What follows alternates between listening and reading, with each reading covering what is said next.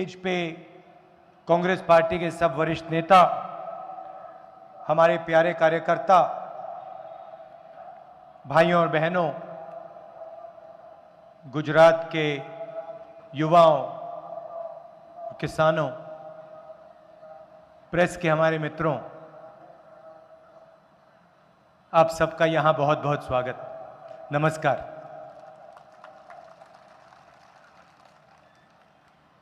Press के मित्रों तो कहते हैं, मगर आप हमारी बात नहीं उठाते हो टीवी पे।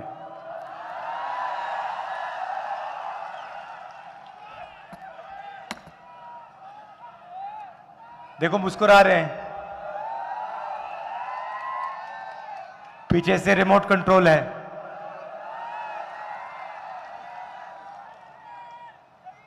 इनकी गलती नहीं है, वैसे ये कोशिश करते हैं, मगर इनके जो मालिक हैं इनको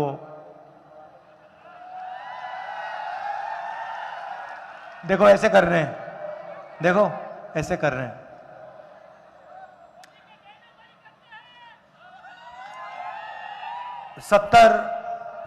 सत्तर दिन पहले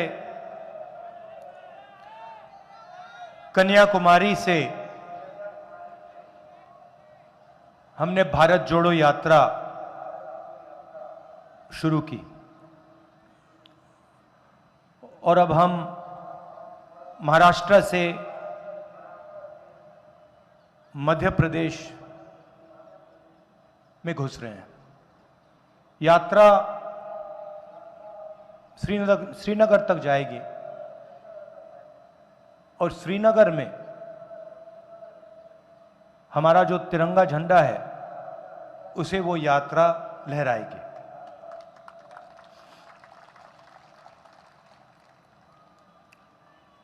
तकरीबन 3500 किलोमीटर की यात्रा है।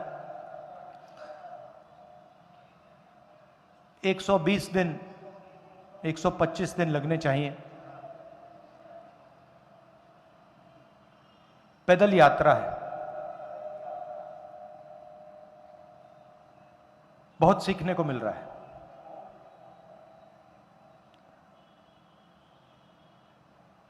युवाओं से बातचीत हो रही है,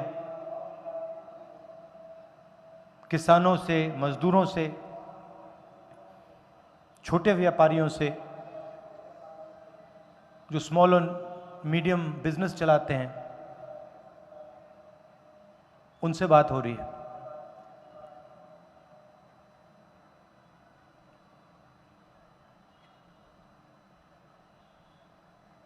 बहुत प्यार दे रहे हैं, बहुत मोहब्बत दे रहे हैं। सब जगह लाखों लोग आ रहे हैं। ये टीवी वाले इतना दिखाते नहीं हैं,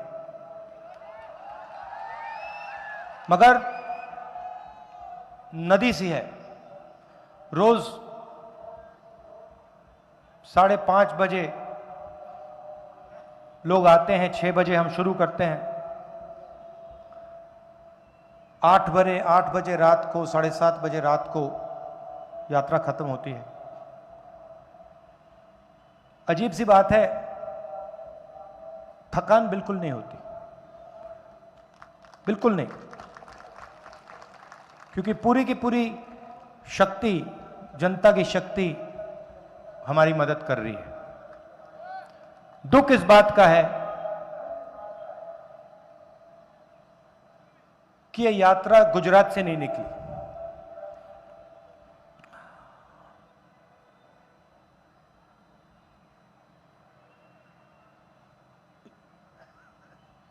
बड़ी खुशी हो रही है, मगर दुख भी लग रहा है।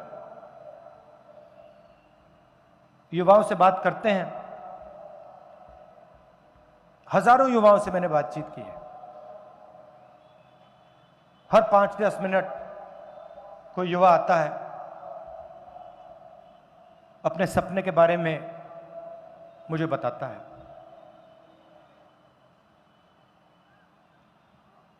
कोई कहता है इंजीनियर बनना था,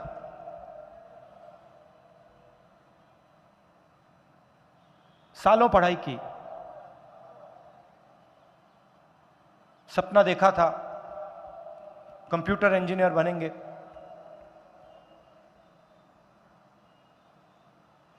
आज मजदूरी कर रहे हैं। कोई कहता है डॉक्टर बनना था, शिक्षा के पैसे दिए, किसी प्राइवेट इंस्टीट्यूशन को लाखों रुपए दिए, आज उबर की गाड़ी चलानी पड़ रही है, पिज्जा डिलीवर करना पड़ रहा है। किसान से बात करो, सवाल पूछते हैं, राहुल जी हमें बात समझ नहीं आती, हिंदुस्तान के 3-4 अरबपति लाखों करोड़ रुपए कर्जा लेते हैं और फिर हिंदुस्तान के सबसे अमीर लोगों का कर्जा माफ हो जाता है। हमने क्या गलती की? हम 50,000 रुपए का कर्जा लेते हैं, 1 लाख रुपए का कर्जा लेते हैं, हमारा कर्जा कभी माफ क्यों नहीं होता?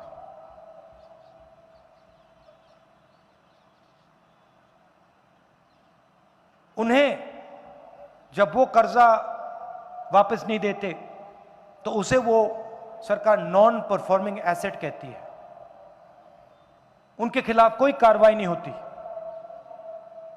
मगर जब किसान 50,000 रुपए कर्जा लेता है, वापस नहीं देता, उसे नॉन परफॉर्मिंग एसेट नहीं कहलाया जाता, उसको डिफॉल्टर कहलाया जाता है। यह सवाल किसान पूछ रहे हैं। प्रधानमंत्री बीमा योजना में पैसा डालते हैं, तूफान आता है, बारिश होती है, खेत बर्बाद हो जाता है, 1 रुपया नहीं मिलता।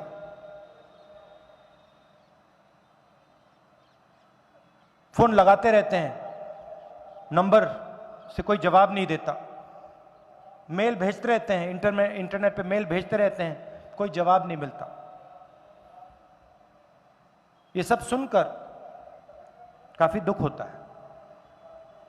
यहां पे मोरबी की ट्रेजेडी हुई, उस समय पत्रकारों ने पूछा मुझसे इसके बारे में आप क्या सोचते हो, और मैंने बोला देखिए 150 लोगों की मृत्यु हुई है,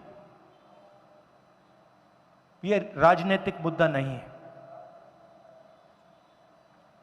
इस पे मैं बोलूंगा नहीं।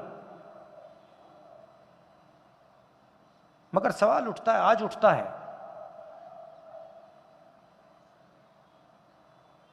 जिन्होंने ये काम किया उनके खिलाफ कोई भी कार्रवाई नहीं, कोई एफआईआर नहीं।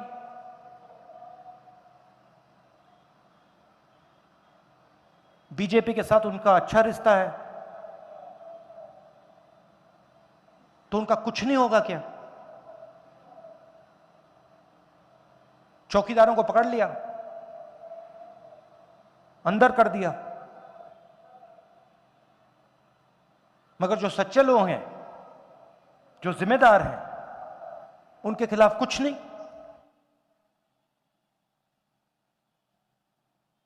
और ये गुजरात जो आपका प्रदेश है, स्मॉल और मीडियम इंडस्ट्री का ये सेंटर है, ये आपकी रीढ़ की हड्डी है। ये जो छोटी कंपनीज हैं, मिडिल साइज कंपनीज हैं, और आपके लोग सिर्फ गुजरात में नहीं चलाते, पूरे हिंदुस्तान में आप लोग इनको चलाते हो। यही तो देश को रोजगार देती हैं। ये जो अरबपति हैं 2-3, ये रोजगार नहीं देते हैं। जो छोटे बिजनेसेस हैं, मिडिल साइज बिजनेसेस हैं, वो रोजगार देते थे। क्या हुआ? सरकार ने नोटबंदी की, आपसे कहा था काला धन मिटा देंगे, काला धन नहीं मिटा।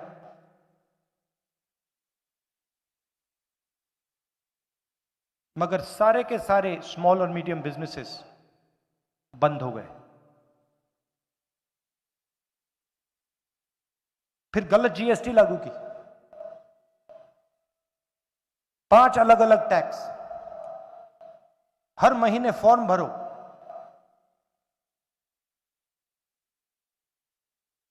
जो बचे थे वो भी खत्म हो गए। रास्ता साफ करना था, अरबपतियों के लिए रास्ता साफ करना था। कोरोना के समय भी वही किया। मुझे याद है, हिंदुस्तान के मजदूर, किसी पत्रकार ने मुझे पूछा कि आप 2000 किलोमीटर चले हो। मैंने उससे कहा, देखिए ये कोई बड़ी बात नहीं है। हिंदुस्तान का हर मजदूर ये 2000 किलोमीटर चला था, भूखा चला था, तो ये कोई बड़ी बात नहीं है। मगर जब उस मजदूर को सरकार की जरूरत थी, हिंदुस्तान की सरकार ने, गुजरात की सरकार ने उनकी मदद नहीं की।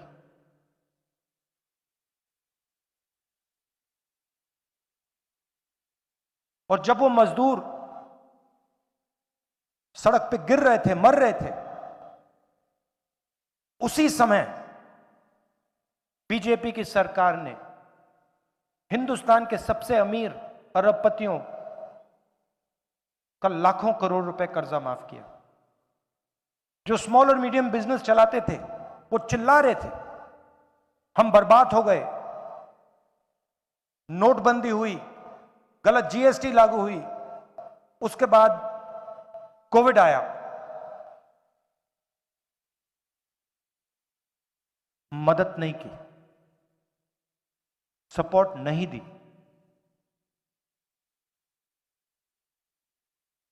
ये पॉलिसियां नहीं है, ये नोटबंदी, ये जीएसटी, कोविड में जो इन्होंने किया, ये पॉलिसी नहीं है। ये किसानों के खिलाफ, मजदूरों के खिलाफ, छोटे व्यापारियों के खिलाफ, स्मॉल और मीडियम बिजनेस चलाने वालों के खिलाफ ये हथियार है, इनको खत्म करने के हथियार है। और जो हिंदुस्तान के 2-3 बड़े अरबपति हैं जिनको आप जानते हो, उनके लिए रास्ता साफ करने के हथियार है। वो कोई भी बिजनेस चलाना चाहे चला सकते हैं, जो भी करना चाहते हैं। टेलीकॉम बिजनेस करना है तो टेलीकॉम में घुस जाएंगे, एयरपोर्ट में घुस जाएंगे, पोर्ट्स में घुस जाएंगे, इंफ्रास्ट्रक्चर, खेती, जो भी ये करना चाहते हैं, ग्रोसरी स्टोर्स, जो भी करना चाहते हैं कर सकते हैं, जो भी सपना देखना चाहते हैं देख सकते हैं। मगर अगर हिंदुस्तान का युवा सपना देखना चाहता है, इंजीनियर बनना चाहता है, तो पहले आप प्राइवेट इंस्टीट्यूशन में जाइए, लाखों रुपए दीजिए, महंगाई सही है, और उसके बाद इंजीनियर मत बनिए, मजदूरी कीजिए। आज इस देश में युवाओं को रोजगार नहीं मिल सकता। 45 साल में सबसे ज्यादा बेरोजगारी हिंदुस्तान में आज है, गुजरात में, बाकी हिंदुस्तान में। पहले जो गरीब लोग हुआ करते थे, पब्लिक सेक्टर में उनको नौकरी मिल जाती थी। आज पूरा का पूरा पब्लिक सेक्टर प्राइवेटाइज हो रहा है, रेलवेज को प्राइवेटाइज कर रहे हैं, बीएचईएल को प्राइवेटाइज किया जा रहा है, ऑयल कंपनीज को प्राइवेटाइज किया जा रहा है। और किसको दिया जा रहा है? उन्हीं 2-3 उद्योगपतियों को। यह आपकी पूंजी है, यह आपका धन है।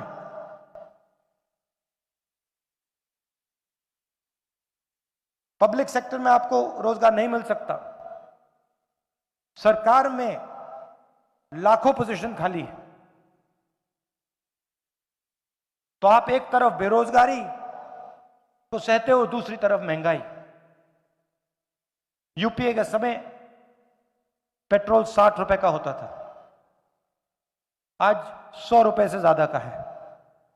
गैस सिलेंडर 400 रुपए का था, आज कितने का है?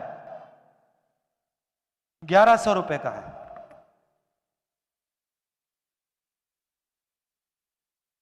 दो हिंदुस्तान बन रहे हैं, एक अरबपतियों का, वो जो भी सपना देखना चाहते हैं देख सकते हैं, और दूसरा हिंदुस्तान की गरीब जनता का, किसानों का, मजदूरों का, छोटे व्यापारियों का। हमें दो हिंदुस्तान नहीं चाहिए, हमें एक हिंदुस्तान चाहिए, न्याय का हिंदुस्तान चाहिए।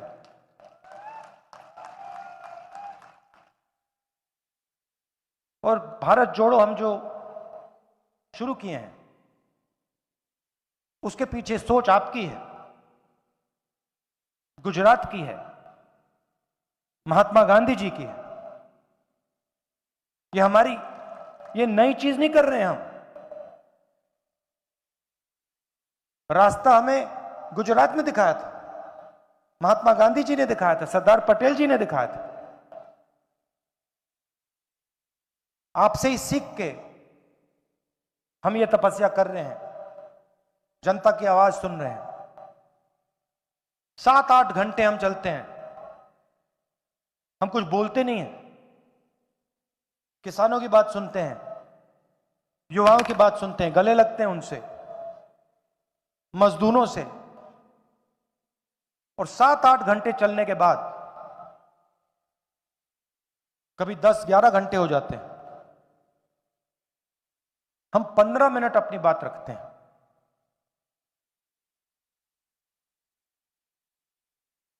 शाम का समय है, आप दूर दूर से आए हैं, मैं दिल से आपका धन्यवाद करता हूं। आपने इतना प्यार दिया, इतने प्यार से आपने मेरी बात सुनी, इसके लिए आप सबको बहुत बहुत धन्यवाद। नमस्कार, जय हिंद।